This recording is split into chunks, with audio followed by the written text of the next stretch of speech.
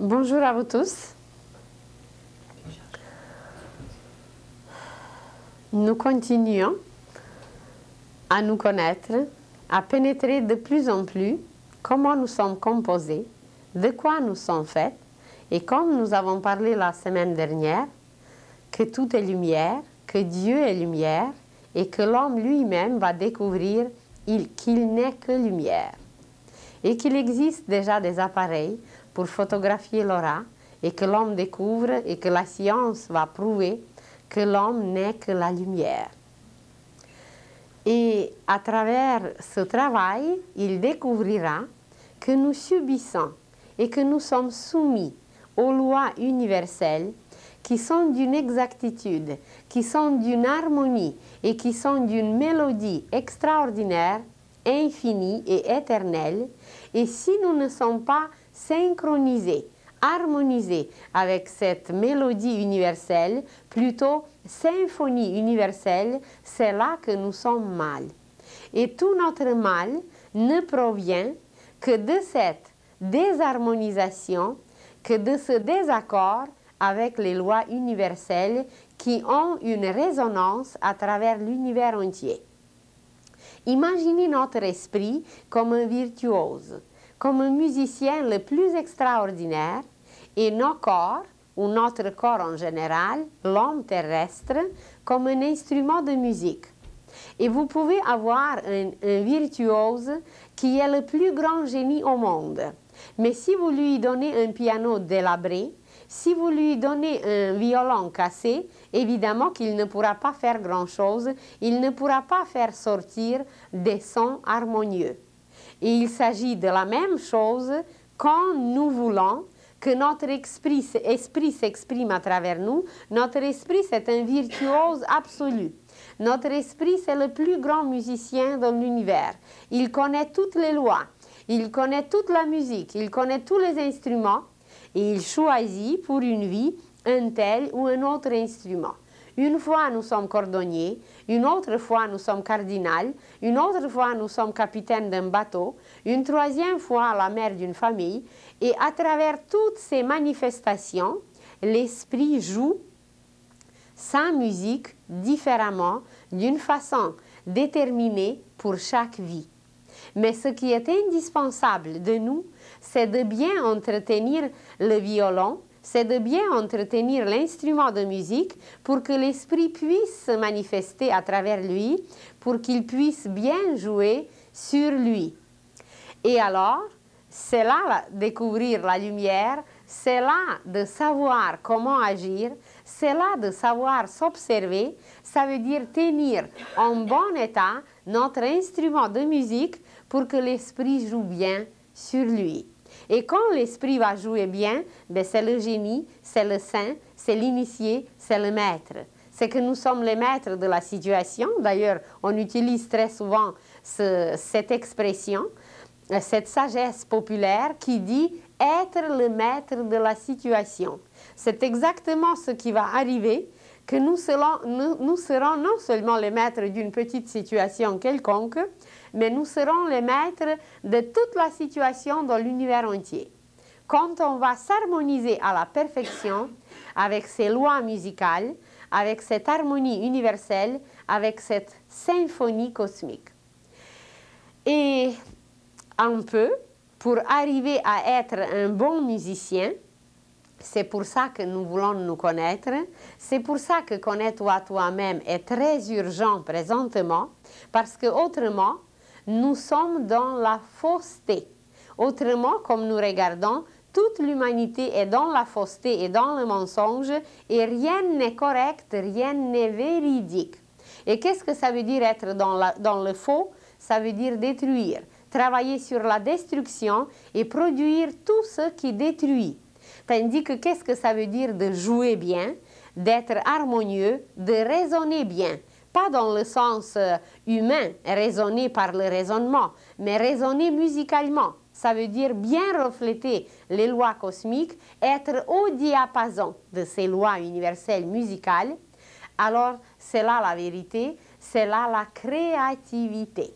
Et si nous voulons abandonner le monde symboliquement évidemment, ça veut dire de ne plus être les créatures, mais de devenir des créateurs, nous serons obligés de maintenir, d'entretenir en bon état nos instruments de musique, nos corps, surtout notre corps physique, mental et sentimental, qui forment ensemble cet instrument de musique à travers lequel l'esprit joue.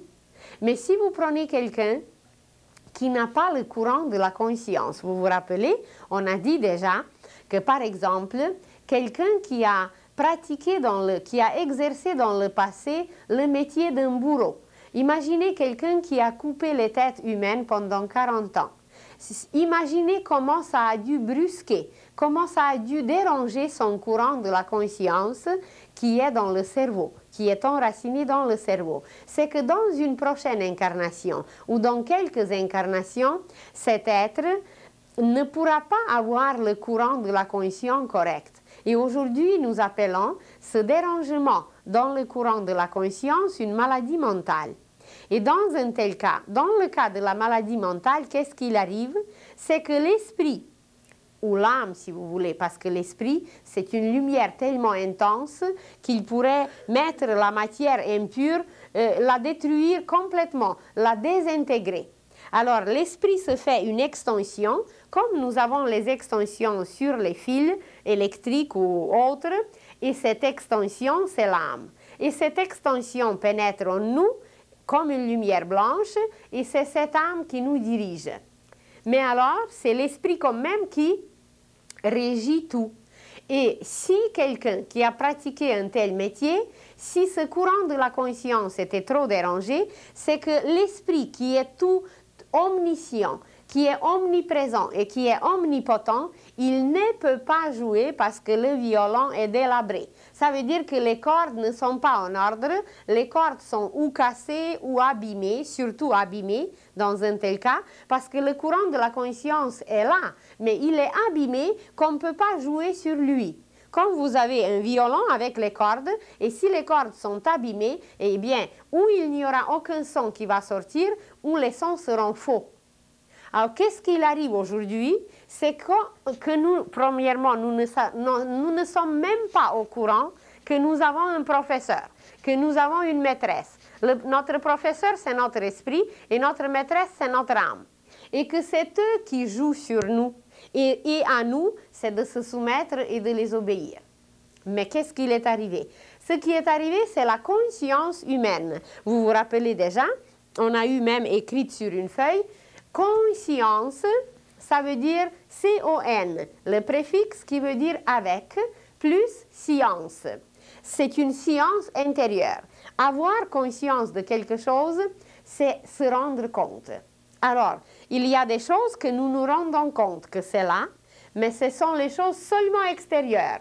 Parce que notre conscience, à partir de l'époque lémurienne, elle est descendue de plus en plus dans la matière, elle s'est extériorisée de la maison paternelle, ça veut dire du monde spirituel. Nous sommes descendus dans la matière et là, nous sommes dans cette conscience limitée, emprisonnée et nous ne voyons pas grand-chose. Et quand on a parlé de la clairvoyance, vous vous rappelez qu'on s'est dit qu'un lien intérieur, une perception intérieure qui nous permettait jadis, on s'approchait d'une rivière et sans la toucher, sans mettre le pied dedans, on savait comment était l'eau, si l'eau était froide, chaude ou tiède. On s'approchait d'un arbre et nos yeux n'étaient pas encore ouverts et notre toucher n'était pas encore développé. On ne pouvait rien sentir par les doigts, mais en s'approchant seulement d'un arbre, on recevait ces vibrations, on communiquait avec les petits esprits de la nature qui travaillaient dedans et on savait, tout simplement par les vibrations, si son écorce était rugueuse ou si elle était plus fine. Alors, voilà, cette perception aujourd'hui est perdue. Elle est effacée de plus en plus et à cause que cette perception est effacée, nous sommes obligés de nous fier à nos cinq sens. Mais nos cinq sens nous montrent, nous dévoilent seulement le côté extérieur des choses. Et le cœur des choses reste caché. Ça veut dire que notre conscience est extériorisée, notre sagesse intérieure, notre science intérieure est limitée parce que nous ne sommes pas liés à la vie des choses. La vie des choses, c'est ce courant de l'âme qui les anime. Mais ce courant de l'âme, nous ne le percevons pas, même pas en nous. Ce que nous percevons, c'est notre corps physique, mais notre corps physique pour l'âme, c'est un manteau d'hiver. Alors imaginez-vous que notre conscience d'aujourd'hui, elle est quelque part dans les poches d'un manteau d'hiver. Notre corps physique est rendu grossier, épais, la conscience obscure, limitée, emprisonnée, et que cette conscience est ténue à tout prix. La conscience humaine, elle est ténue par l'humanité. On a parlé aussi que chaque soir, nous nous déshabillons. Et que quand on se déshabille, alors le manteau d'hiver, c'est le corps physique, la veste, c'est le corps éthérique, la chemise, c'est le corps sentimental, et le sous-vêtement, c'est le corps mental. Et comment nous restons? Nous restons nus. Et qu'est-ce que ça veut dire rester nu? Ça veut dire se purifier par la suite, prendre la douche et pouvoir communier avec l'âme. Même pas communiquer, mais communier.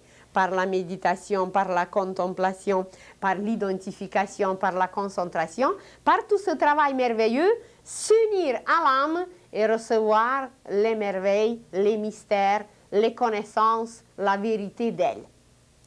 Mais nous faisons ce travail, nous nous déshabillons, les vêtements sont là, mais nous ne connaissons pas leur symbolisme. Parce que même le vêtement que nous devons animer, quand nous le prenons sur nous, le vêtement devient vivant. Parce que notre aura le traverse. Et vous savez très bien qu'un jour, vous ne pouvez pas supporter une chemise ou une blouse. Pourquoi? Parce que ça ne correspond pas avec quelque chose dans notre aura d'un tel jour. Et vous êtes obligé d'enlever votre chemise, d'enlever votre blouse et de changer de couleur et de prendre une autre robe, un autre vêtement. C'est que nous les animons, nous les vivifions. Alors, la conscience est descendue aujourd'hui et elle se trouve dans le vêtement de l'âme. Le vêtement de l'âme, c'est le corps physique. Le vêtement de l'âme, c'est le corps mental. Le vêtement de l'âme, c'est le corps sentimental. Et notre science intérieure, elle n'est pas dans l'âme qui est la vie, qui souffle la vie, qui nous anime, elle est dans le corps. Regardez comment on se comporte, nous. Et que ce que je vous dis, c'est vrai. Si ce n'était pas vrai, nous garderons nos morts, puisque c'est le corps physique. Et quand l'âme se retire, vous dites, l'âme a rendu quoi? Comment on dit, Françoise? L'âme a rendu... On a rendu son âme? Alors, c'est qu'on a rendu, elle est partie, l'âme, elle est partie, mais est-ce qu'on garde le corps physique? Eh bien, on les enterre. On ne les garde pas. Ça veut dire que la vie qui animait ce corps, quand la vie se retire, eh bien, le corps, on n'a plus besoin. Exactement, quand l'hiver se retire, le froid se retire, mais vous n'avez plus besoin de votre manteau d'hiver et vous l'arrangez ou vous le jetez s'il est vieux. Mais c'est exactement la même chose que l'âme fait. Mais cette conscience, elle est aujourd'hui dans ce corps mortel, dans ce vêtement mortel, que dès que l'âme se retire, dès que la vie se retire, eh bien, on ne s'occupe plus de lui, ou on le brûle, ou on l'enterre. Et toute notre conscience est aujourd'hui à ce niveau du corps physique. Vous vous rappelez peut-être, nous avons déjà parlé comment l'homme est composé. Nous nous sommes dit qu'il est composé du corps physique. Nous nous sommes dit qu'il est composé du corps éthérique, du corps astral, tout ce que vous voyez en bleu, en bas jusqu'au plan causal. Alors physique, éthérique, astral, mental, c'est ça l'homme terrestre. C'est ça les vêtements de l'âme, c'est l'homme terrestre. Voilà, le manteau, la veste, la chemise, le sous-vêtement. Ou autrement, on a dit, si vous vous rappelez, quand l'âme plonge, l'âme, elle se retire ici au niveau causal. Et quand l'âme plonge dans l'océan de la matière, elle prend les costumes de bain. On a dit que le premier costume de bain, c'était le maillot de bain. Tout simple, bikini, monokini ou tout ce qu'on utilise aujourd'hui. On va jusqu'à nokini. Après, le corps astral, c'était le costume avec des palmes, lampe plongée plus loin dans le monde astral.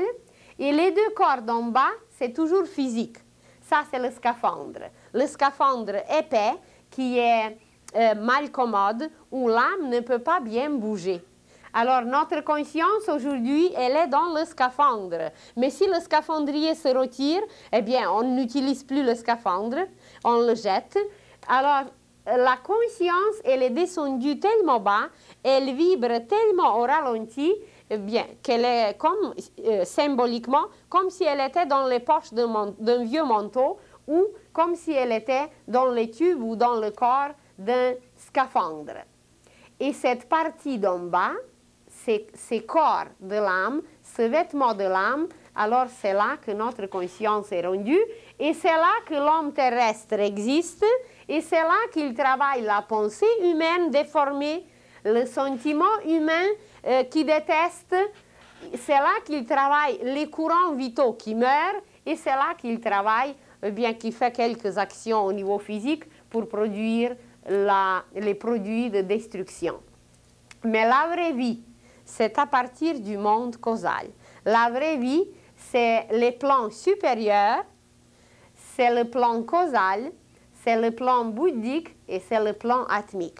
Ça, c'est les trois plans d'Ao, où il y a le plan de la vérité, le plan atmique, où il y a le plan de l'amour et le plan de la sagesse, le plan causal, parce qu'on s'est dit déjà que Bouddhi, ça n'a rien à voir avec Bouddha. Bouddhi, ça veut dire raison pure et l'amour pur. Alors l'homme céleste que nous allons devenir, c'est ces trois parties d'en haut, c'est ces lumières, mais nous ne les utilisons pas. Imaginez que vous avez dans votre tiroir la laine la plus pure. Vous dites pure laine, c'est ça? Alors vous avez cette pure laine chez vous, mais vous ne l'utilisez pas, vous ne tricotez pas, vous ne tissez pas. Alors si vous ne tissez pas, eh bien, cette laine n'est pas utilisée. Ou une autre image, vous imaginez que c'est le grenier. Et que dans ce grenier en haut, vous avez la sémence en or. Mais cette sémence, si vous ne l'utilisez pas, vous n'avez pas de pain. Vous ne sémez pas et vous n'avez pas de blé. Et vous n'avez pas de pain parce que ça reste stérile. Alors, les lumières sont là, les lumières sont dans l'air, les lumières sont dans le plexus, les lumières sont dans les chakras, les lumières sont partout, mais nous ne les utilisons pas. C'est ça qui est la cause de tous nos malheurs. C'est que nous n'utilisons pas ces matières lumineuses. Pourquoi? Pour tisser les vêtements nouveaux. Quand nous allons commencer à tisser les vêtements nouveaux, eh bien, on aura des lumières, on aura des vêtements que le ciel entier va s'émerveiller, comment ils sont beaux, comment ils sont extraordinaires, mais pour l'instant, on ne le fait pas.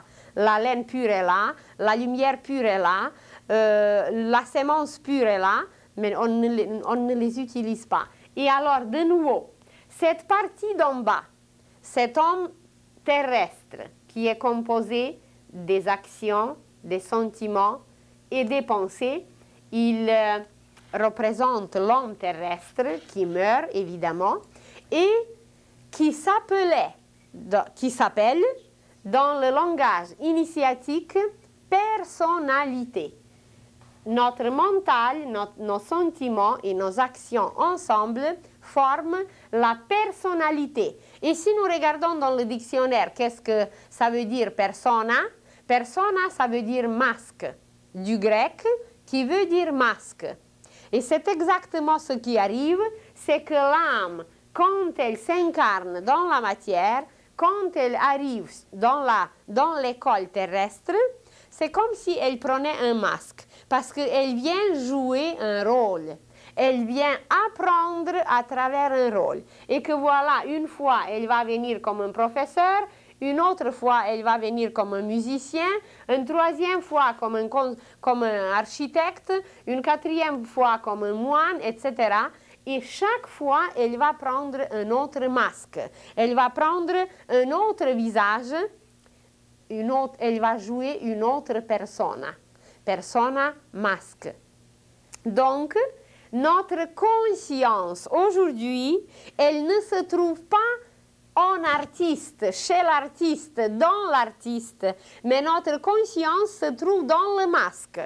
Et si vous étudiez l'histoire, à l'époque de Shakespeare, les acteurs qui venaient jouer sur la scène, ils ne se montraient pas tel qu'il était, mais ils prenaient un masque vrai, et ce masque était extrêmement fin. C'était fait selon leur visage, mais ils se couvraient d'un masque. Tandis que si vous regardez aujourd'hui des masques qu'on expose dans les vitrines, c'est des horreurs. C'est que les enfants ne peuvent plus dormir après dès qu'ils ont vu un masque d'aujourd'hui. Mais jadis, les masques étaient raffinés, les masques étaient beaucoup mieux faits. Et alors, la conscience humaine aujourd'hui est descendu dans le masque. C'est pas l'acteur, c'est pas le joueur qui décide quelque chose, c'est le masque qui décide, c'est le manteau qui décide, c'est le scaphandre qui décide.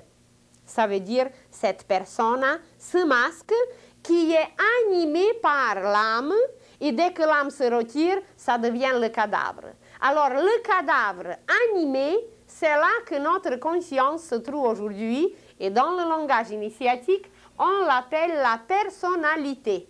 Et qu'est-ce qu'elle fait, cette chère personnalité? Eh bien, c'est elle qui fausse.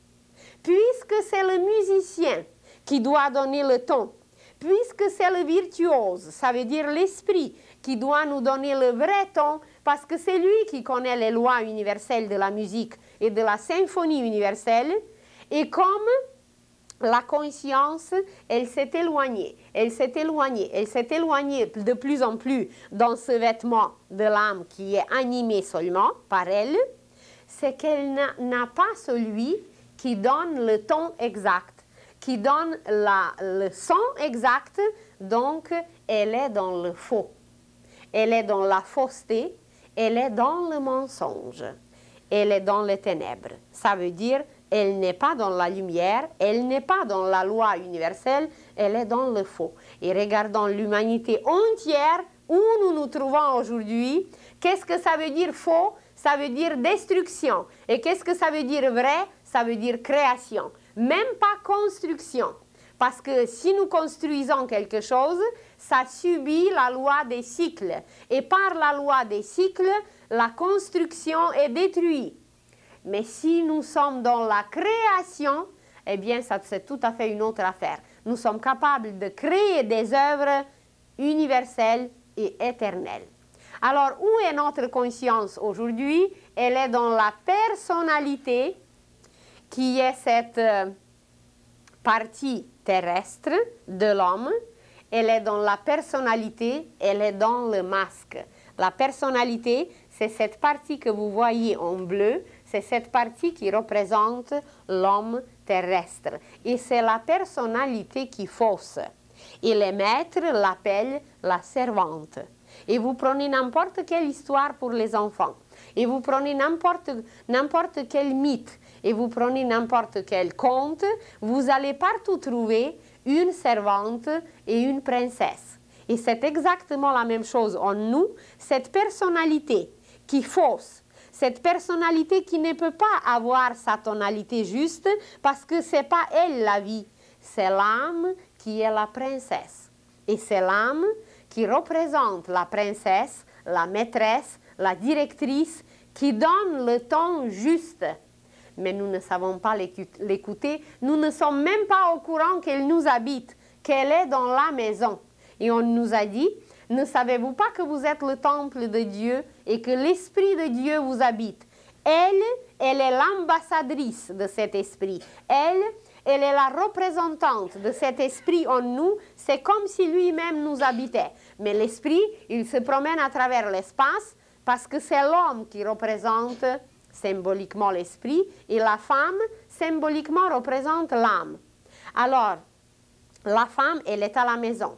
elle s'occupe de la maison, elle s'occupe du ménage, elle s'occupe d'élever les enfants parce qu'elle est l'âme de la maison. L'âme, femme, flamme, etc. Tandis que l'homme qui représente l'esprit, eh bien, il parcourt l'univers, il doit gagner la vie, il doit apporter la lumière, etc. L'argent, l'or, c'est la lumière, symboliquement. Alors, qui nous régit? Qui nous donne la tonalité juste? Qui nous permet de vivre dans la vérité? Eh bien, c'est cette maîtresse, c'est cette princesse qui est en nous et qui est éduquée. Bien, c'est une éducation royale, c'est une éducation divine et elle est tellement délicate et elle est tellement bien élevée et elle est tellement fine qu'elle ne nous brusque jamais. C'est pour ça qu'elle nous laisse libres. Et elle se dit, eh bien, vas-y ma chère servante, tu vas te cogner le nez, tu vas te tromper dans la boue et tu vas apprendre un jour qu'il faut m'obéir. Elle nous laisse toujours libres parce qu'elle agit d'après cette loi divine qui est la magie blanche et qu'elle est blanche, cette princesse. Elle est d'ailleurs la Blanche-Neige et toutes les petites princesses et tous les petits personnages des contes, c'est toujours l'âme. C'est toujours cette belle princesse qui est immortelle. Même si la méchante fée prononce une malédiction, on ne peut pas la rendre morte, on ne peut pas la mortifier parce qu'elle est éternelle, elle est l'âme, elle est l'âme. Et on a parlé déjà de la Belle au bois dormant, qu'elle dort en nous, elle dort en nous parce qu'elle ne peut pas s'exprimer encore aujourd'hui. Et tous ces personnages merveilleux, eh bien, c'est très initiatique et ça va nous découvrir l'univers, ça va nous découvrir comment nous sommes constitués, bâtis, qui agit en nous, mais on ne sait pas lire. Qu'est-ce que vous voulez? Les contes sont là, les mythes sont là, les écritures saintes sont là et on n'a jamais rien compris. Alors, heureusement que nos enfants apprendront dans les écoles futures, les écoles qui se préparent d'ailleurs déjà, ils apprendront toutes ces merveilles et ce seront les enfants de la lumière, les fils de la vérité. Tandis que nous, bien, on est encore plongé au complet dans les mensonges.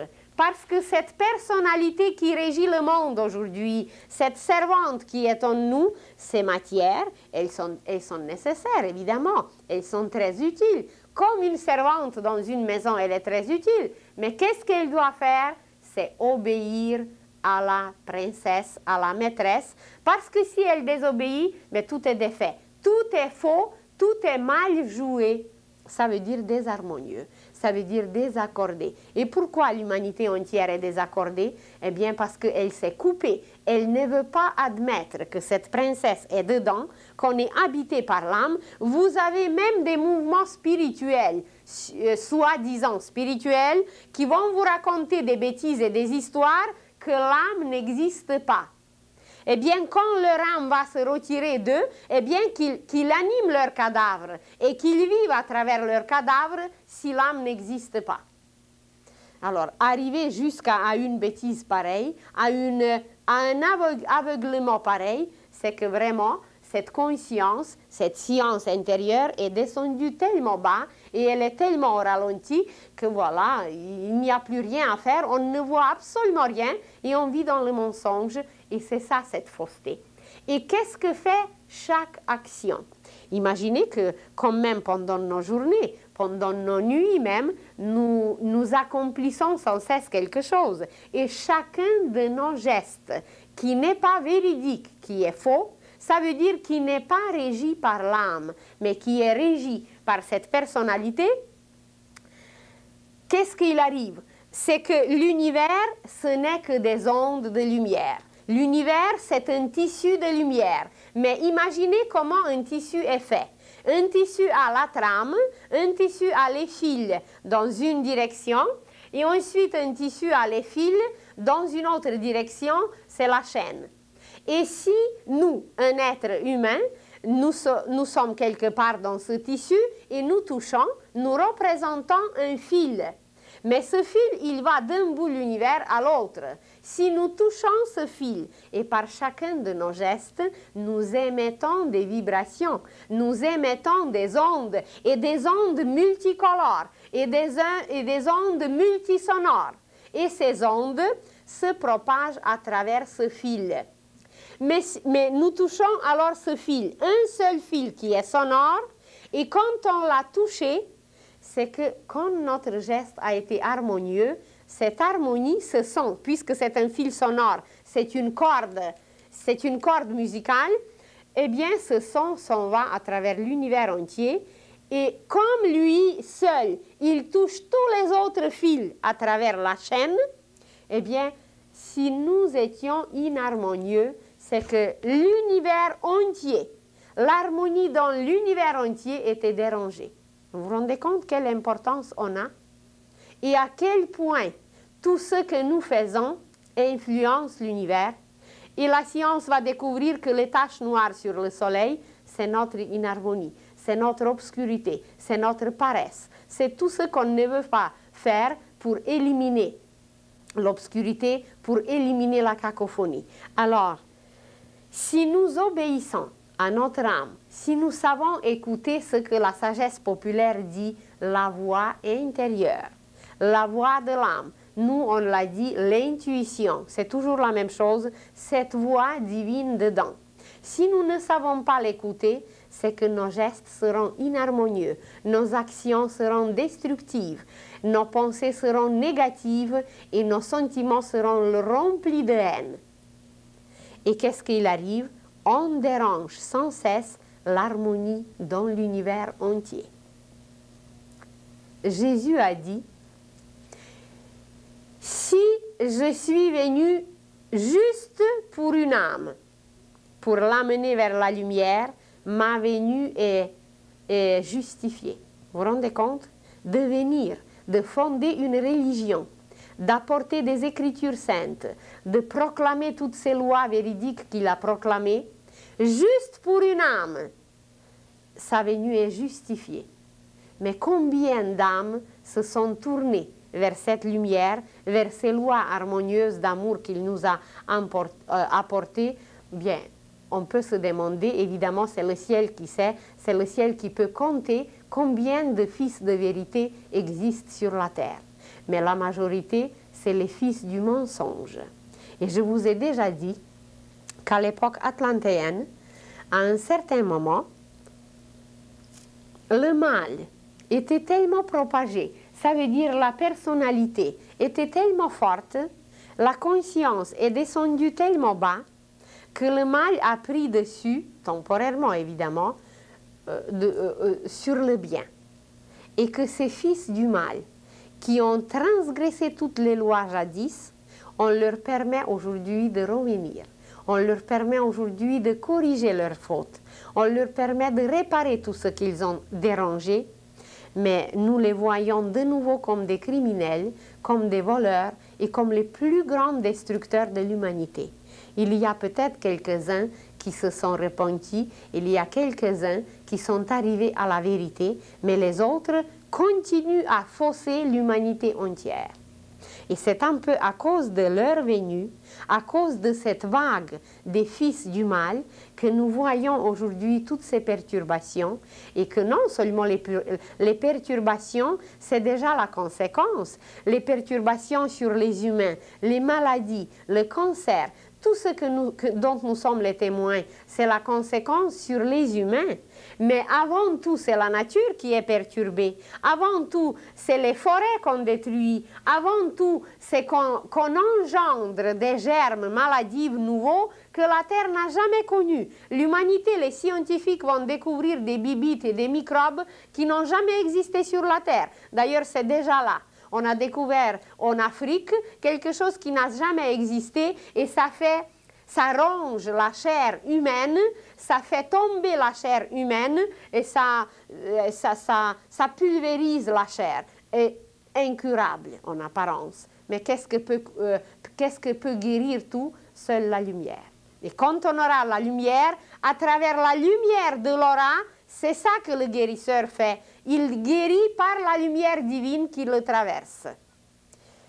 Alors, où on est rendu? Eh bien, nous sommes rendus au degré de ce masque, de cette persona, qui est le vêtement de l'âme. Le vêtement est indispensable, c'est comme les gants. Si vous voulez faire quelque chose où on ne peut pas toucher par la peau directement, on prend les gants, on prend un outil. Alors, c'est très bien les outils. On a des couteaux. Mais avec un couteau, vous pouvez couper le pain, vous pouvez utiliser très bien un couteau, mais vous pouvez tuer un homme aussi. Alors, c'est la même chose avec la conscience qui passe par la personnalité, qu'on peut détruire l'humanité, comme on peut bâtir un jardin divin sur la terre. Et cette servante, cette connaissance qu'elle est là en nous, elle est reliée avec tout ce que l'Église nous a présenté, parce que il ne faut pas croire qu'il existe le diable extérieur. Il n'y a pas de diable extérieur, c'est en nous.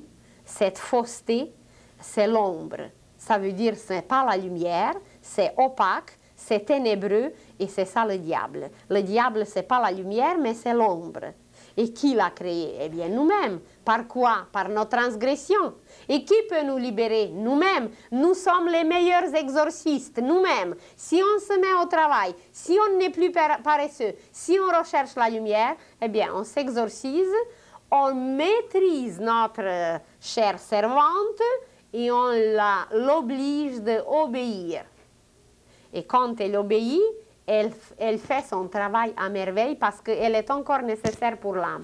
Jusqu'à ce qu'on va s'incarner sur la terre, elle est nécessaire pour l'âme. Et qu'est-ce qui va arriver après? Après, la lumière l'absorbera. Elle va disparaître, mais là, on ne se réincarnera plus.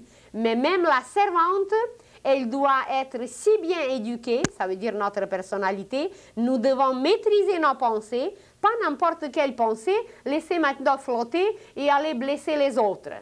Pas n'importe quel sentiment, parce que la servante veut détester quelqu'un, alors hop, on va détester et détruire tout le monde. Et la servante veut couper les têtes de tout le monde, et on lui permet de couper les têtes de tout le monde. Eh bien, de commencer à l'éduquer, de lui expliquer, ma chère servante, ça ne se fait pas comme ça. Parce que même si tu coupes la tête, l'âme continue à vivre.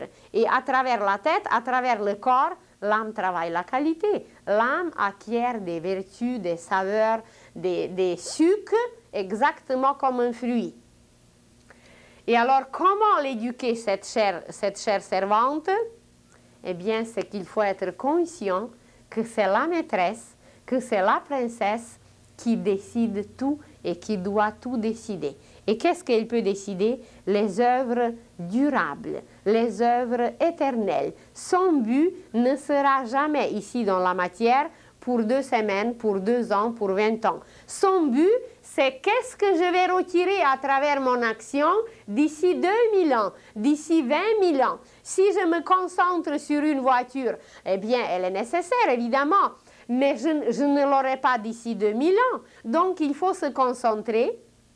Et de cette voiture, je peux retirer aucun sucre, aucune saveur, comme un fruit qui veut devenir mûr. S'il se concentrait sur les bibites et sur les vers qui rongent ses racines, eh bien, il ne deviendra jamais mûr, il ne deviendra jamais succulent. Le fruit se concentre sur la lumière. Et c'est de la lumière qu'il reçoit la chaleur, la vie, les sucres et tout, même transformé et passé par les racines. Mais c'est toujours la lumière. Alors, à nous aussi, savoir où placer notre but. Et qu'est-ce qu'on nous a dit dans les Écritures saintes?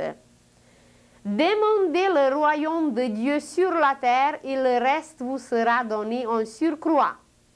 Mais qu'est-ce que, mon Dieu, on a à demander d'autre chose? Pourquoi on a besoin de demander un paquet de cigarettes? Pourquoi on a besoin de demander de tuer un tel ou un tel? Pourquoi on ne se concentre pas sur l'essentiel? Demandons-le et puis vérifions-le. C'est ça que la personnalité ne sait pas faire, puisqu'elle vit dans le faux, elle ne sait pas vérifier. Elle n'a pas le temps. Eh bien, il faut qu'elle trouve le temps, parce que le temps, c'est l'esprit. Et on ne savait pas que le temps, c'est l'esprit. Alors, le temps est devenu Dieu, et Dieu du temps, c'est l'argent. Eh bien, on est dans le faux. Parce que c'est pas cette lumière condensée qu'il faut chercher, c'est qu'il faut chercher une autre lumière qui est perpétuelle, éternelle, et pas celle qui noircit en bas. Alors, le but de l'âme, c'est l'éternité, c'est l'espace, c'est la beauté, c'est la splendeur, c'est la lumière, c'est l'amour. Et si nous plaçons notre but en haut, et si nous commençons à travailler avec ce but, c'est que nous devenons immédiatement, aujourd'hui même, comme un fruit qui veut devenir mûr. Et chaque instant, c'est pas que le fruit va sauter maintenant 2 semaines, il va dire je vais faire la grève et je vais continuer à mûrir au mois d'août. Non. Chaque instant, il y a les rayons solaires, il y a les influences lunaires, il y a les influences planétaires qui le remplissent des sucres, qui le remplissent des qualités. Et je ne me rappelle plus si on en a parlé, que chaque planète exprime même une qualité de fruit. Par exemple, tout ce qui est acide, c'est Mercure. Tout ce qui est salé, c'est Soleil. Tout ce qui est sucré, c'est la Vénus. Tout ce qui est amer, c'est Saturne. Alors, qu'est-ce que vous voulez de plus? Au moins d'être ce figuier qui veut donner ses figues sans cesse. Et en quoi elle nous tient, cette personnalité? Puisqu'elle est dans le faux, puisqu'elle elle ne joue pas la vraie musique, parce que ce n'est pas elle d'ailleurs qui joue, c'est l'âme qui joue. Puisqu'elle ne mûrit pas, puisqu'elle est toujours amère, toujours mécontente, toujours acide, alors c'est à nous de se rendre compte et de se dire, eh bien, puisque je suis habitée par cette princesse, mais il faut que j'apprenne à l'écouter. Parce que cette personnalité, il nous entretient dans une loi qui s'appelle la loi de la fatalité. La loi de la fatalité, c'est que nous ne dirigeons rien.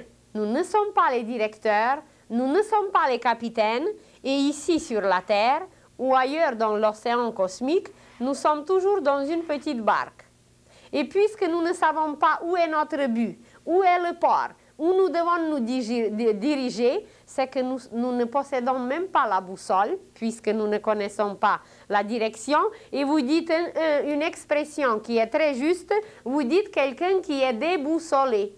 Eh bien, c'est ça qui arrive, c'est que dès qu'il arrive une petite vague, on est jeté dehors. Et c'est raté. C'est raté parce qu'on ne sait pas diriger, on ne connaît pas la direction, on ne maîtrise pas la situation. Et voilà, nous, cette servante, évidemment, elle est jetée dehors chaque fois. Parce que c'est la loi de la destinée, c'est la loi de la fatalité, c'est l'ignorance. Et l'ignorance nous tient, les yeux fermés, les yeux bornés, les yeux bandés, et que voilà, on ne voit rien, on ne s'aperçoit de rien, et on vit dans l'ignorance, dans l'obscurité, et c'est un état de conscience qui s'appelle enfer. L'enfer, ce n'est pas un endroit, c'est un état de conscience. Et quand est-ce qu'on va sortir de cet état? Eh bien, on va sortir de cet état quand on va reconnaître notre maîtresse, notre princesse, et on va subir sa loi, on va se soumettre. Soumettre, ça veut dire être sous un maître. Elle, la maîtresse, l'esprit maître, être sous sa direction, et ça va être non l'ignorance, mais la connaissance. Et la loi qui dirige la connaissance, c'est la providence. Et aussi, ici la partie den, D-E-N, ça veut dire Dieu. Den, en langue slave, veut dire lumière, veut dire jour. Alors, et la lumière fut, ça veut dire que voilà, la loi de la providence a commencé à agir. Mais le petit bateau avec le petit bonhomme s'est éloigné, s'est éloigné, s'est éloigné, et il a complètement perdu la lumière, et voilà, il est jeté chaque fois dehors. Si vous êtes dans la mer, et vous criez au secours parce que quelque chose vous arrive, qu'est-ce que c'est qui est la première chose à faire pour être perçu? Eh bien, c'est d'avoir la lumière. Si on ne l'a pas, on n'aura rien, on n'aura pas de l'aide. Alors, la fatalité se transforme en providence mais on ne peut gouverner que ce qu'on connaît.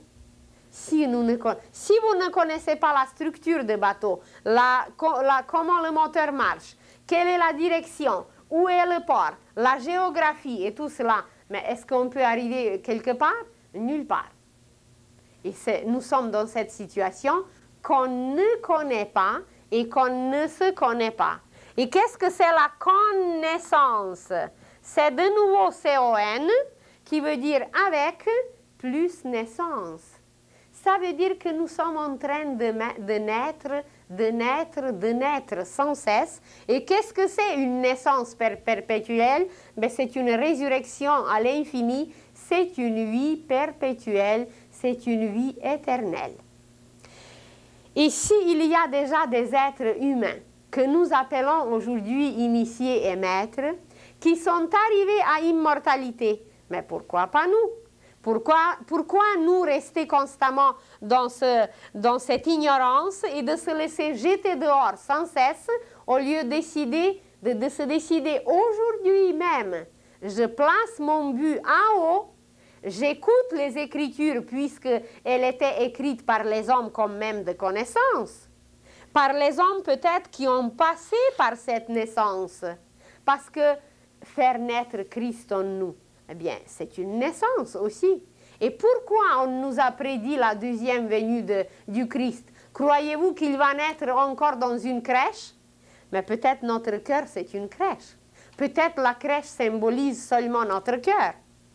Alors c'est là qu'il faut lui préparer aujourd'hui la place, c'est dans notre cœur, parce qu'il ne viendra plus extérieurement, il viendra du dedans. Il va naître dedans. Et dans la science initiatique, cette deuxième venue du Christ s'appelle la deuxième naissance. Et avec la deuxième naissance, nous pouvons y arriver seulement par la connaissance. Connais-toi toi-même et tu connaîtras l'univers entier. Et la connaissance, c'est la providence, ça veut dire la loi de Dieu. Seden, ici, vie, c'est voir, vie, c'est aussi lumière. Il existe un mot slave qui veut dire videli. Ça veut dire vu, voir. Videlinata, ça veut dire lumière éternelle du soleil spirituel. Voyez, c'est là, dedans cette lumière. Mais il faut se soumettre à la loi de la providence. Il faut obéir à l'âme. Et comment l'écouter? On l'a dit déjà, par la voie de l'intuition. Et quand nous avons parlé de la mort, vous vous rappelez, on s'est dit que 48 heures après la mort sont extrêmement importantes parce que c'est là que l'âme regarde les images de la vie passée. Elle prend la petite bobine qui est dans le cœur et elle la déroule dans le sens inverse pour regarder et pour classer, surtout classer. Elle va se dire, ça a été bien fait, ça a été mal fait, ça c'est à corriger et ça ne jamais plus répéter. Et par ce classement, elle tisse le fil qui s'appelle le fil de l'intuition. Et c'est par ce fil de l'intuition qui est dans le plexus que pendant la vie future, elle nous transmettra les messages exactement comme nous téléphonons, exactement comme par le fil téléphonique. On transmet les messages, l'âme nous téléphone et on s'approche des drogues et elle va nous dire « Mon cher, ne touche pas à ça parce que tu vas te détruire. » On s'approche de la boisson, elle va dire « Mon cher, tu as déjà goûté, tu étais déjà ivrogne, ne touche plus parce que ta santé va dégringoler et que voilà, je ne peux plus jouer à travers toi. Tu ne pourras plus connaître des merveilles. » Et celui qui sait écouter, je vous assure, j'ai connu dans ma vie des êtres comme ça, il n'a jamais touché. Il dit, je n'avais qu'à regarder comment sont les ivrognes, comment sont les drogués, comment sont les malades, et puis je n'ai jamais touché cela.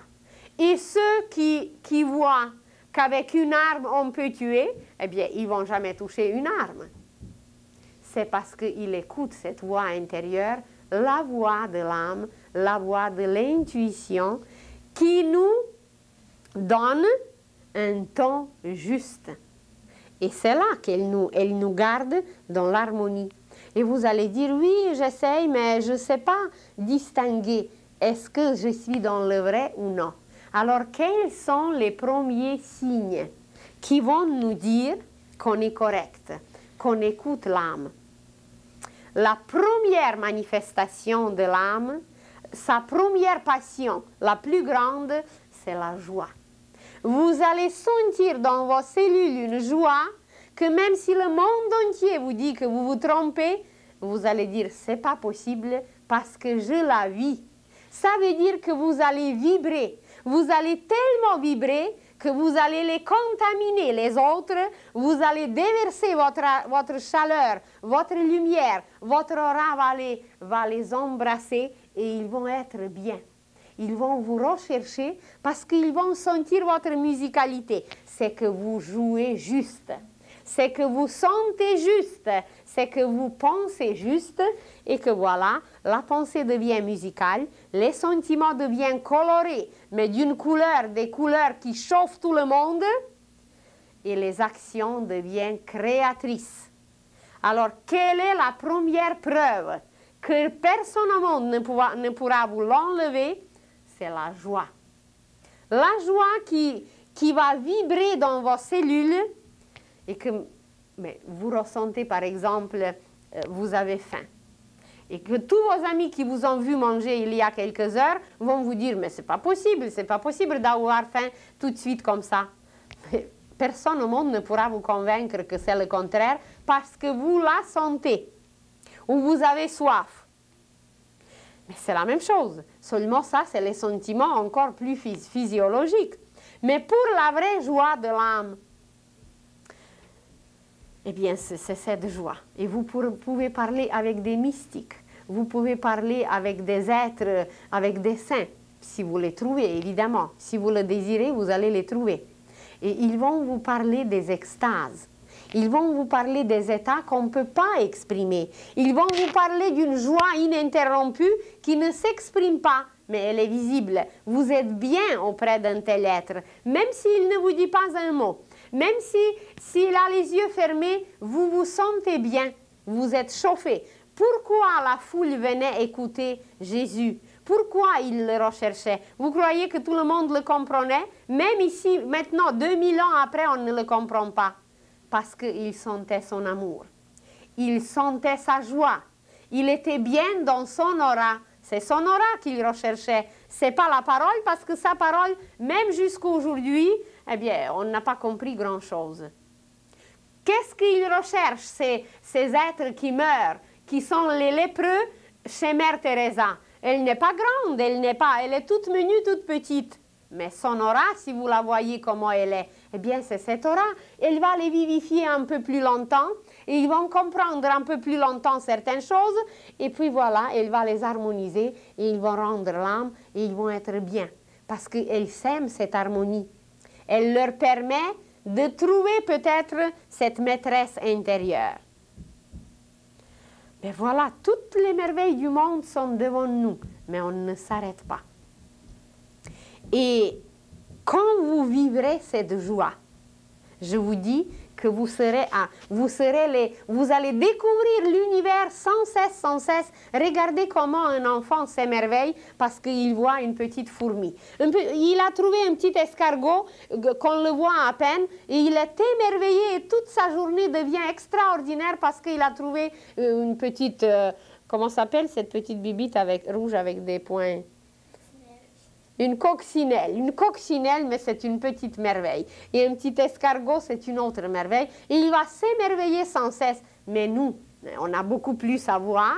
On est beaucoup plus adulte qu'un enfant. Et c'est cet enthousiasme, cet enthousiasme qui provient de l'âme, parce que les enfants, jusqu'à l'âge de 7 ans, eh bien, ce sont des clairvoyants, ce sont des petits sages qui écoutent encore l'âme. Mais dès que le mental commence à frapper, à taper plus tard, eh bien, on n'entend plus l'âme. C'est cet émerveillement et c'est cette joie qui va vous donner la première preuve que vous êtes dans le juste et dans le vrai et que vous écoutez le ton que l'âme nous donne. Et cet émerveillement, mais je vous dis, vous allez le vivre partout. Peut-être, je ne sais pas si on va continuer l'année prochaine, Mais il y a le visage de l'homme à découvrir. C'est d'une science infinie. Vous avez l'œil, c'est l'univers. Vous avez le nez, c'est un autre univers. Vous avez le menton. Vous avez la forme de l'oreille. Mais c'est des merveilles et des merveilles à découvrir. Vous rencontrez quelqu'un dans la rue qui a le nez large. Le nez large, ça symbolise l'amour. Et le nez long, ça symbolise l'intellect. Alors, vous avez immédiatement l'indication pour la journée. Sur quoi travailler et vous vous amusez parce que c'est plaisant. C'est un travail spirituel, mais c'est un travail, c'est une joie tout simplement. C'est même pas les plaisirs, c'est une joie. Et vous sortez dans la rue et vous voyez des inscriptions. Mais vous ne vous arrêtez pas. Qu'est-ce que disent ces inscriptions? Vous voyez Monsieur la bonté. Mais voilà le mantra pour la journée. Et vous voyez un autre jour Monsieur raté. Mais faites attention parce que ce qui va arriver pendant la journée, c'est que votre volonté n'est pas au point et ça peut devenir une journée ratée. Et c'était inscrit devant vous et puis personne ne s'aperçoit. Et c'est plein de signes et de messages, mais sans cesse, et de cadeaux, mais de cadeaux innombrables. Et puis on n'est rien, on est ennuyé et on veut tuer le temps. Alors, voilà, c'est d'écouter notre maîtresse, d'écouter notre princesse qui nous donne toujours un ton juste. Et dès que vous sentez quelque chose, un tout petit dérangement dans le plexus ou quelque part que vous êtes mal dans votre peau, dites-vous, attention, c'est que ma servante agit et je ne dois pas lui obéir, je dois écouter ma princesse, ma maîtresse.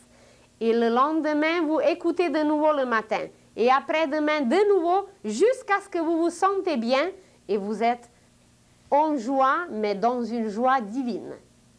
Alors, c'est qu'on a appris à écouter notre âme et on a lui permis de jouer sur nos instruments justes. Et quand il va jouer juste, eh bien, c'est ça la joie. Regardez un musicien, comment il est joyeux quand il joue juste, quand il donne un concert merveilleux.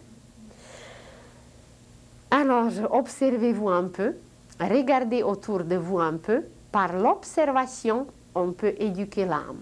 On peut éduquer la personnalité et on peut la rendre une bonne servante de l'âme. Observez très bien et retirez chaque fois une conclusion. Qui parle en moi? Qui me pousse à agir? Est-ce que cette tonalité est juste ou non? Et s'il y a quelque chose indécis, hésitant, dérangeant, eh bien c'est qu'on est dans le faux. Alors, qui on doit écouter? C'est cette âme.